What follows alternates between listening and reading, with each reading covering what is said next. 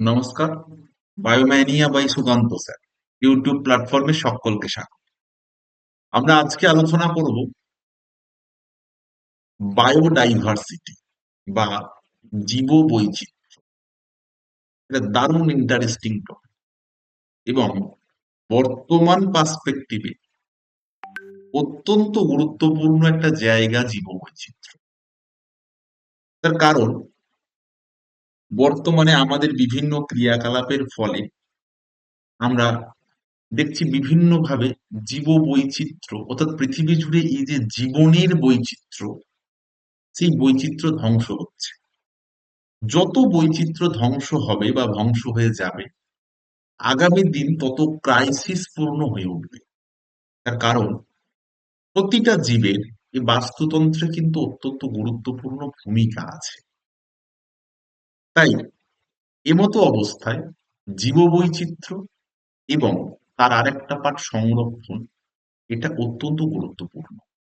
এই যে জীব বৈচিত্র্য কথাটা এখানে উল্লেখ রয়েছে, যদি আমরা দেখি তাহলে এখানে দুটো শব্দ বন্ধনী আছে, একটা বায়ো, একটা ডাইভার্সিটি, অর্থাৎ জীব বৈচিত্র্য, অর্থাৎ জীবনের বৈচিত্র্য। অর্থাৎ যত বেশি সংখ্যক জীব থাকবে একটা অঞ্চলে, তত জীব বৈচিত্র্য সম্পন্ন অঞ্চল হবে। এই জীব বৈচিত্র্য ভালো হলে, গাছপালা প্রাণী সবকিছুর বৈচিত্র্যতা থাকলে বাস্তুতান্ত্রিক সাম্যাবস্থা বজায় থাকবে। এই যে জীব বৈচিত্র্য, এই জীব বৈচিত্র্য থাকলে ধরো যত উদ্ভিদের ভ্যারাইটি থাকবে, তত খাদ্যের উৎস ঠিক থাকবে। উদ্ভিদ থেকে বিভিন্ন ওষুধ তৈরি করা হয়, সেগুলো অ্যাভেলেবেল থাকবে। পৃথিবীর যে জিন ভান্ডার, সেই জিন ভান্ডার বজায় থাকবে।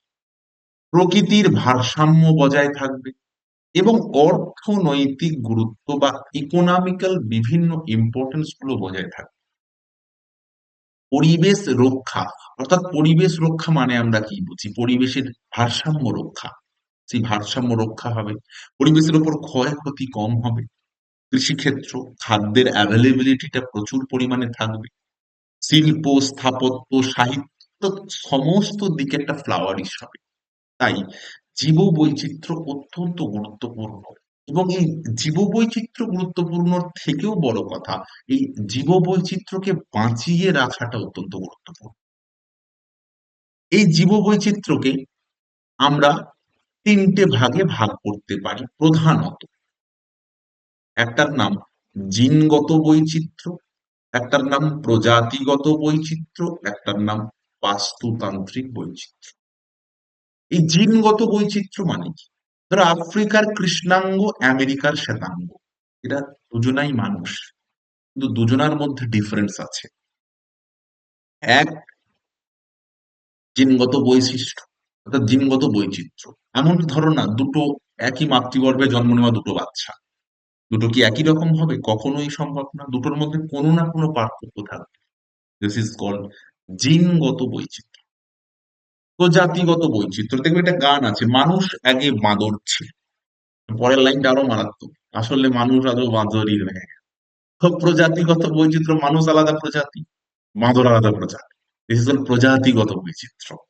আর বাস্তুতান্ত্রিক বৈচিত্র্য মানে যে সমস্ত অঞ্চলে প্রচুর বেশি পরিমাণ জীব বৈচিত্র্য দেখা যায়।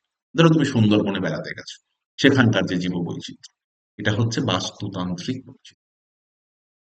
এবার পরীক্ষা একটা প্রশ্ন দেয়, জীব বৈচিত্র্য কত প্রকার? এটাই অনেকেই লিখে দেবে তিন প্রকার, এখানে কোনো ভুল নেই। জীব বৈচিত্র্য তিন প্রকার। কিন্তু অনেককে জিজ্ঞাসা করা হয় জীব বৈচিত্র্য তিন প্রকার কি কি, সেই জায়গাটাতে অনেকে বলে দেয় আলফা, বিটা, গামা। কিন্তু না, জীব বৈচিত্র্য তিন প্রকার, এখানে কোনো ভুল নেই। কিন্তু তিন প্রকারটা আলফা, বিটা, গামা নয়। এই তিন প্রকারটা হচ্ছে জিনগত, প্রজাতিগত, বাস্তুতান্ত্রিক। এবার এই যে বাস্তুতান্ত্রিক বৈচিত্র্য, সেই বাস্তুতান্ত্রিক বৈচিত্র্যে একটা জায়গায় কত জীব আছে, নাম্বার অফ স্পিসিস, সেটার সংখ্যার উপর ডিপেন্ড করে তাকে তিনটে ভাগে ভাগ করা হয়, আলফা, বিটা, গামা। অর্থাৎ আলফা মানে কোনো একটা জায়গায় যা বৈচিত্র্য, বিটা মানে তার দ্বিগুণ বৈচিত্র্য, গামা মানে একটা আলফায় যা বৈচিত্র্য, বিটায় যা বৈচিত্র্য, তাদের যোগফল করলে তবে হয় গামার বৈচিত্র্য। তার মানে যত বেশি জীববৈচিত্র্য, আলফা বিটা গামার ক্লাসিফিকেশনে সেটা পড়েছে। এই হলো জীববৈচিত্র্য এবং জীববৈচিত্র্যের প্রকারভেদ। তাহলে জিনগত বৈচিত্র্য মানে কি? তারা একই প্রজাতির কিন্তু জিনগত ভিন্নতা আছে। প্রজাতিগত বৈচিত্র্য মানে তাদের আলাদা আলাদা স্পিসিস। আর বাস্তুতান্ত্রিক বৈচিত্র্য মানে যেখানে প্রচুর পরিমাণে জিনগত বৈচিত্র্য থাকবে, প্রজাতিগত বৈচিত্র্য থাকবে, টোটালটার একটা অ্যাকুমুলেশন, একটা সমষ্টি। সেটার নাম হচ্ছে বাস্তুতান্ত্রিক বৈচিত্র্য। তাহলে এই হলো জীববৈচিত্র্যের প্রকারভেদ।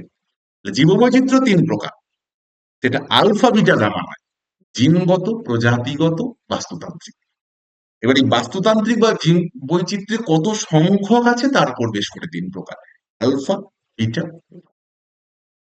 এই জীববৈচিত্র্য, জীববৈচিত্র্য কি, কাকে বলে, কত প্রকার, কেন প্রয়োজন, এই অংশটা কিন্তু খুব ভালো করে জানতে হবে। জীববৈচিত্র্যের আলোচনা এখানেই শেষ করলাম। পরের ভিডিওয়ে জীববৈচিত্র্য ধ্বংস নিয়ে আলোচনা করবো। ভালো থেকো সবাই।